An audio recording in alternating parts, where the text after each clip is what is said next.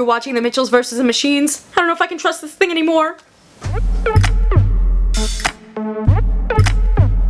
Hey there, it's Kristen, and today we are talking about Netflix's new film, The Mitchells vs. the Machines. An animated sci-fi comedy, this film follows a dysfunctional family that ends up having to save Earth from a robot uprising while on a road trip. And it features the voices of Abby Jacobson, Danny McBride, Maya Rudolph, Olivia Colman, and more. Consider subscribing if you like my videos, and drop down in the comments and let me know your thoughts on this movie. Did you love it? Did you hate it? Let's talk about it. First of all, it feels so larger than life in terms of its animation. There's a lot of like neon bright colors, a lot of just like wild sci-fi things going on, but also we're seeing this film from the perspective of our lead character, who's a teenage girl who's a bit quirky. She loves animation, she loves film, and you get to see those elements brought into what we're viewing as well. We're seeing kind of her own style of what she would bring to her own films that she creates at home into the project. So it's just like really hyper stylized. This film also tackles the bond between family and kind of growing up and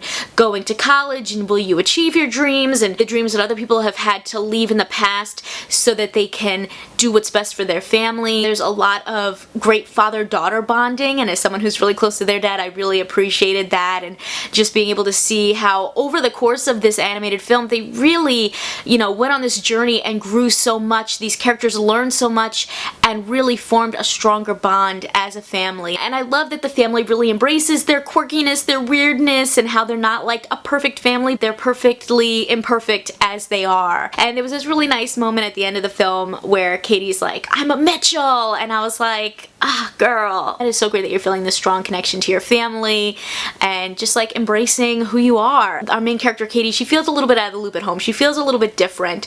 You know, her family, they all have their own different unique interests and things that they like to do. And on this road trip that they go on where, you know, they end up bonding and fighting off robots and saving the world, they realize that like this is her people, you know? Like, yeah, she's gonna go to college and meet other people like herself that have similar interests, but like this is her family and this is where she comes from. That bond is unbreakable. They also dive into the ideas of like technology and film and art versus like nature and the outdoors, and how some of that kind of can overlap, or you know, that you can learn and grow and change, start to appreciate other people's quirks and things like that that maybe you didn't understand before. A lot of animated films also try to like kind of reflect our times, and I think this one definitely did that well with the uprising of technology and how, you know, maybe we start to not appreciate our smartphones, and you know, maybe that's gonna cause them to revolt against us. You never know. They make fun of Silicon Valley and even show, I think, in ways that technology isn't all bad. You know, I think that this film really had a great balance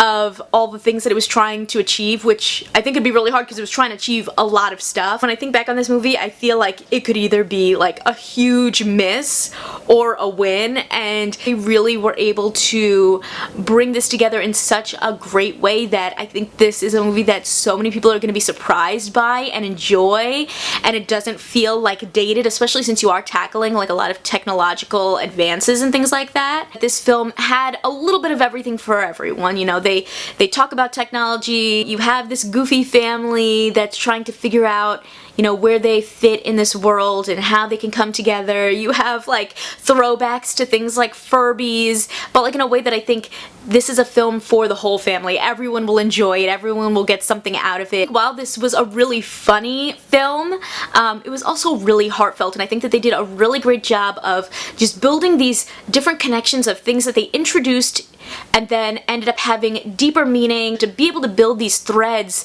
that really paid off and give you that kind of emotional reaction. I thought they did a really good job. It's from the teams behind the Lego Movie and Into the Spider-Verse, and I think those were really successful, and you can really see the magic of those films coming out in this one. I think at its core, this is a film about family. It's about feeling different and, you know, kind of reconnecting with your roots, and I think they did it really, really well. You're really rooting for them, and I think the way that it ends even feels like kind of a new beginning, a new chapter. They really have the potential to continue the story and maybe build a franchise around this family because they were so much fun to follow. Maybe versus aliens or, you know, time travel. I think they could really go outside the box and kind of do anything with these characters, maybe even turn it into a series. When it comes down to it, I really enjoyed The Mitchells vs. the Machines. I think this is definitely a standout animated film that is gonna surprise a lot of people, and just, you're gonna have so much fun with it, you're gonna laugh.